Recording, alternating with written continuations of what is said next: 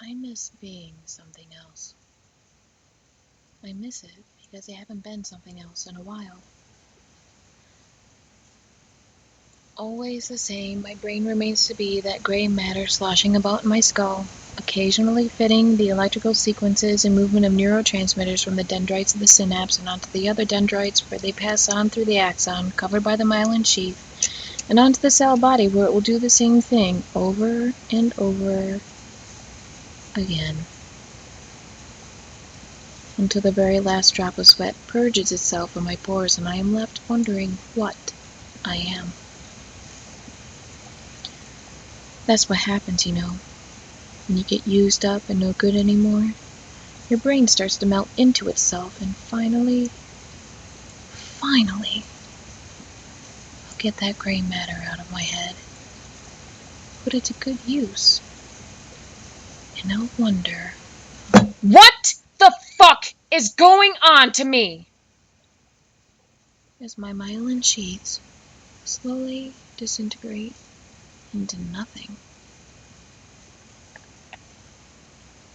And I'll tire, and I'll cry without knowing why I'm crying. And I won't understand as I'm sitting in the wheelchair, eating my Wheaties through a tube in my fucking throat, sucking down my grape juice with the IV in my arm, what they mean when they say I have multiple sclerosis? What the fuck is wrong with me? I don't know. Did you eat your breakfast? Did you cut your arms like a good little girl? Did you shave the monkey at the zoo because he had a hot, fresh date, leaving you behind at home to do the cooking and cleaning?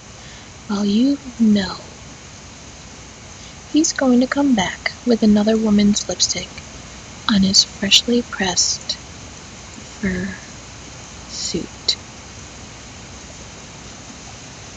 Fuck him! No. Fuck you. Fuck and so forth. That's the way the world is run. And once you're done with that, be sure to polish Mother's shoes because she's been dead for 15 minutes now, and she'll want to look nice when the family comes to visit. But they're all dead, aren't they? Every last one of them. And you're standing there with a room full of flowers and empty chairs, but for the one Uncle George is sitting in. And he may as well be somewhere else, though, as he's been speaking with his dead wife for the past 13 fucking years. And the body? The body will be cold to the touch, but you're not at the funeral parlor. You're home, standing over your mother's grave with the gun in your hand and a spattering of blood on your sock. Fuck. What the hell is going on here? Why am I trapped in this box? And why are you watching me? This was never your place to go. This was never your place to shine. And yet, you're beautiful with that snowflake cold that slips into the look in your eyes when you kiss me. But wait, you've never kissed me. So how do I know? Well,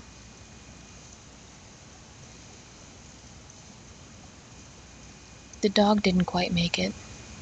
He ran across the street, but he didn't quite make it. And now he is a sad thing wheeling around with his hind end in a basket for his forelegs to pull. He whimpers quite frequently now. and like the elderly, wets himself on occasion. I know because I can imagine it. I can see you looking at me, and I think, hey. But nothing would come after that for me to think or say or do. And then it would happen like a spark. A shock would touch me and touch you, and it would be over, and both of us would be left, naked of each other's true form, wondering if it had been real, or if we'd only just imagined it like we had 1,000 times before. Fuck. Fuck you.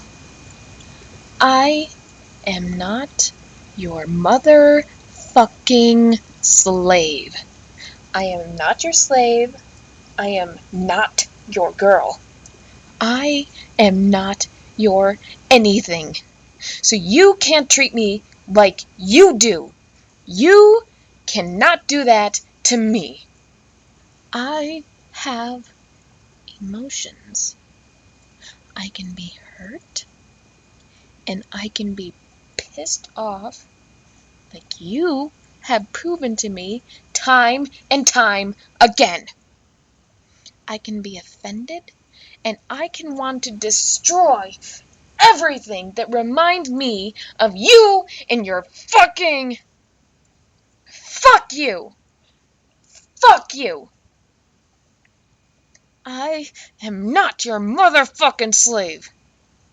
I didn't come here in an underground trade from China for you to slap me around with your words and your actions. And yes, I do. I do wonder what the hell I'm doing here, trapped in this box. Fuck you! Of course I'm fucking angry! I cannot be blamed for this! You fucking...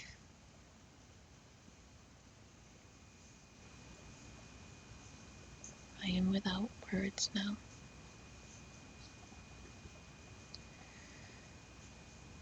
And a sigh purges from my lips, very slowly. Unlike the explosive vomit of a first-time bulimic. And unlike that same bulimic, I don't cry and hate myself for it.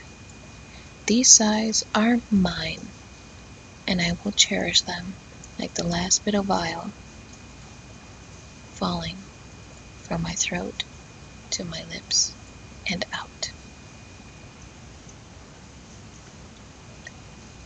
Get a napkin. Clean yourself up.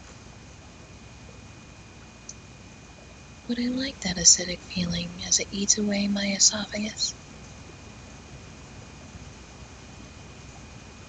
And onward we shall move, to the back of my hands as you slap me